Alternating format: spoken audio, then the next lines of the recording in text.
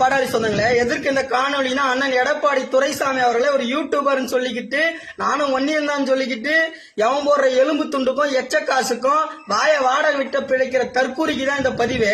அந்த தற்கூரி வீடியோலாம் பாத்தீங்கன்னா பின்னாடி ஒரு புத்தகங்களா அடக்கியிருக்கோம்.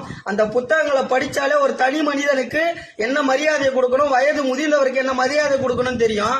ஆனா அந்த தற்கூரி அந்த புத்தகங்களை படிக்கிறது கிடையாது போது, பின்னாடி வெறும் அலங்காரத்துக்கு மட்டும்தான் அந்த புத்தகங்கள் போது.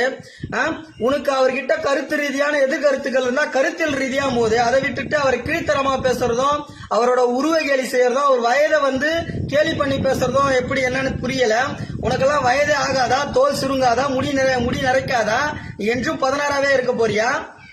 நான் நாட்டு மக்கள் கிட்ட எவ்வளவு பிரச்சனைகள் இருக்கு, விவசாயத்துல பிரச்சனை, அதை பத்தி வலையொலியில காணொலியை போடு. அதை விட்டுட்டு பாட்டாளி மக்கள் கட்சியை சார்ந்தவர்களும் பாட்டாளி மக்கள் கட்சி பேசினாதான் உங்க வயிறே நிறையதான் தெரியல. இதுக்குதான் காணொலி நடத்துறீங்க.